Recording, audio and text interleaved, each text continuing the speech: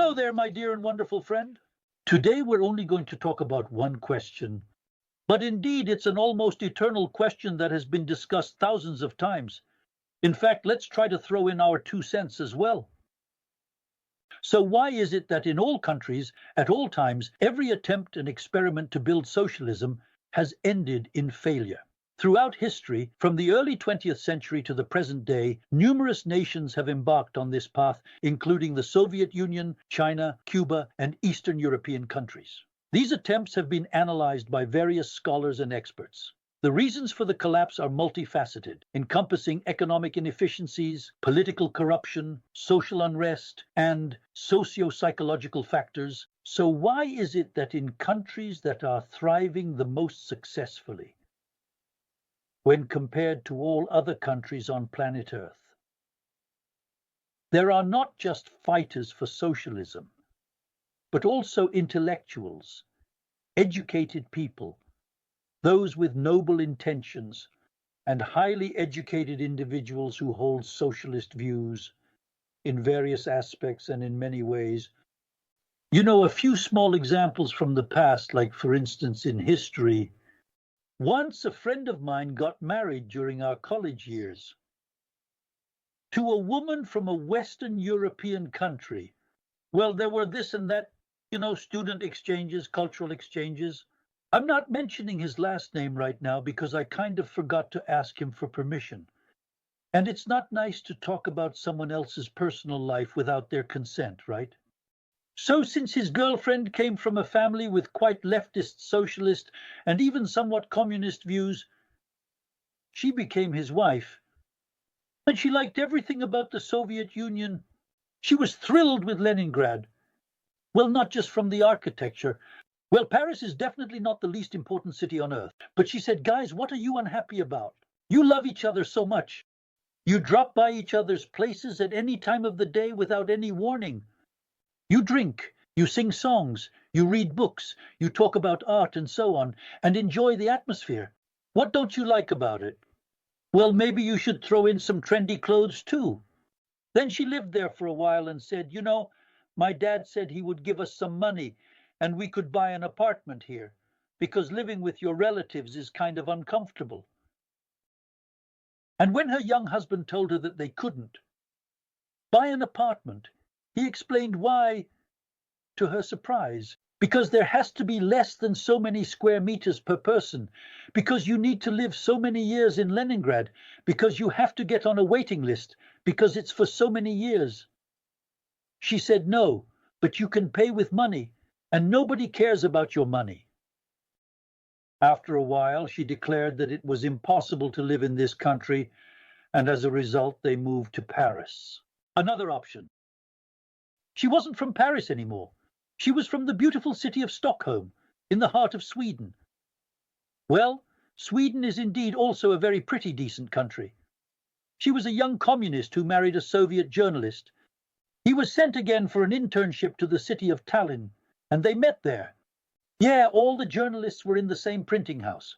Estonia isn't that big. They liked each other, fell in love, and got married. She absolutely didn't want to leave. She said that the Soviet Union was the country of her dreams.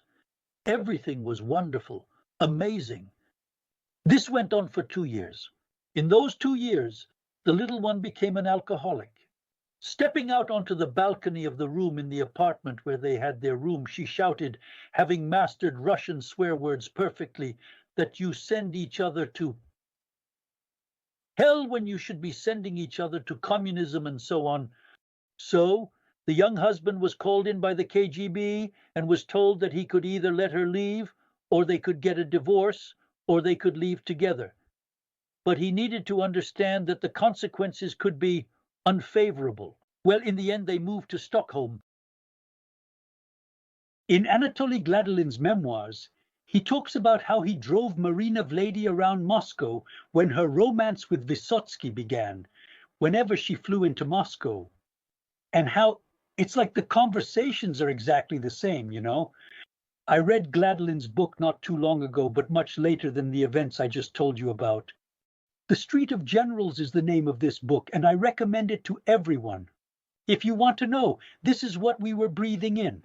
And in Moscow, in literary circles, in culture, during the golden thaw years of the 1960s, Marina Vladi says, guys, what are you unhappy about? You have everything wonderful, so what's going on? Are you short on trendy clothes? It's such nonsense. You'll have your clothes, but everything is fine with you, all your friends, no exploiters and so on.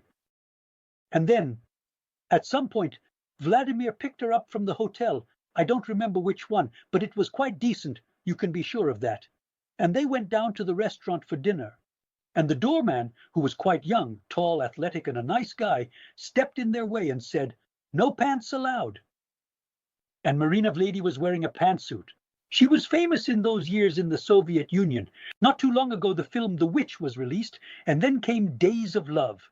Well, it's extraordinary. And she said, "What do you mean by that?"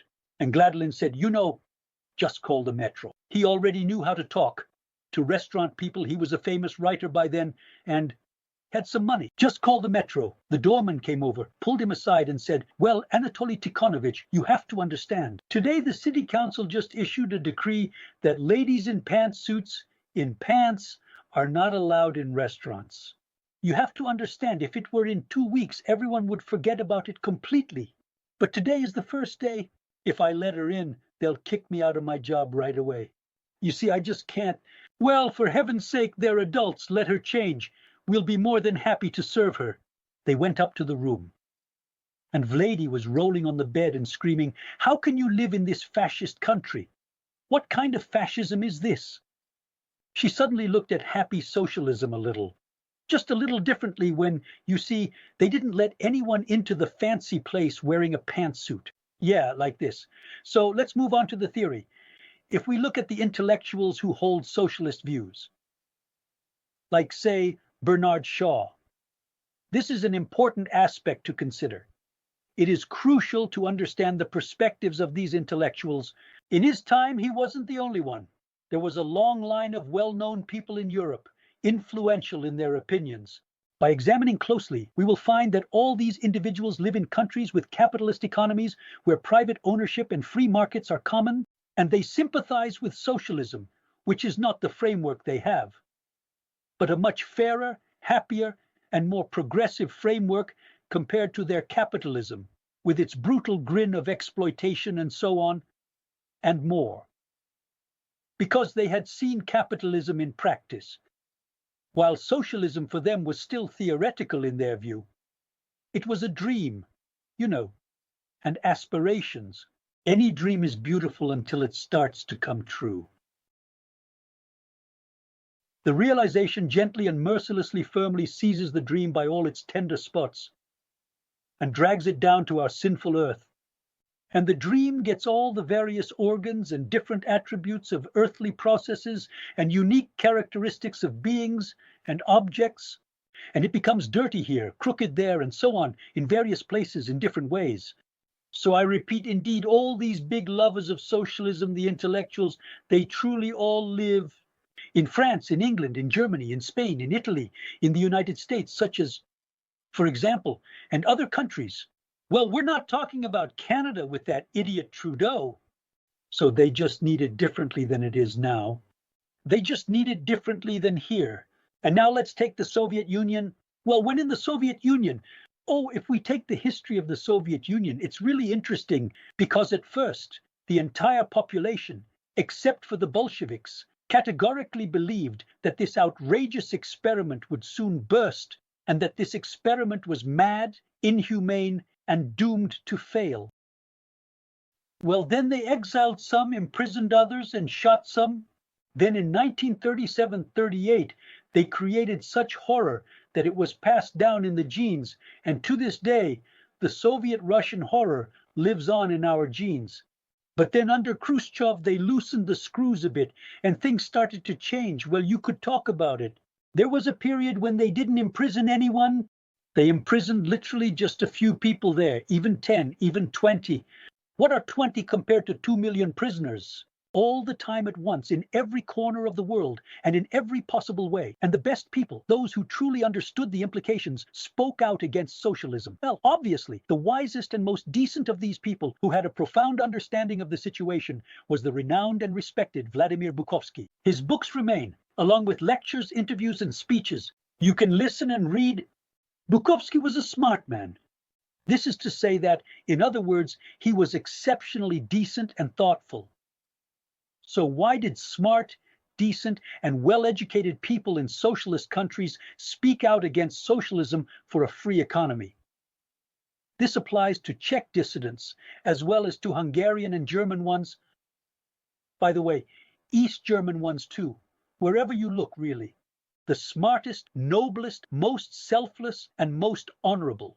And truly selfless and genuinely decent people needed not what we have now, but for things to be better, to be different, to be done wisely and with utmost integrity and with a clear and honest conscience. And this imagined construct of theirs, in their minds and perceptions, always took the form of the anti-reality that constantly surrounded them, the anti-reality in which they lived, and perceptions. If they saw the flaws of capitalism from all sides, they were for socialism. And if they saw the flaws of socialism from all sides, they were for capitalism. To understand this, you need to know at least a little about the history of the Soviet Union after 1953. It's easier to know it then. Because before that, from 17 to 53, it's harder to know. So, if socialism as an idea is absolutely immortal, it is because it represents a concept that transcends time and space, remaining relevant across different eras and societies. It's precisely because it's unachievable. This is due to its nature of being an ideal that people strive for, yet never fully achieve, as it embodies a vision of a perfect society. This is some kind of eternal dream, an eternal horizon, which is an imaginary line that people continuously chase, but it remains fundamentally unattainable, always just out of reach.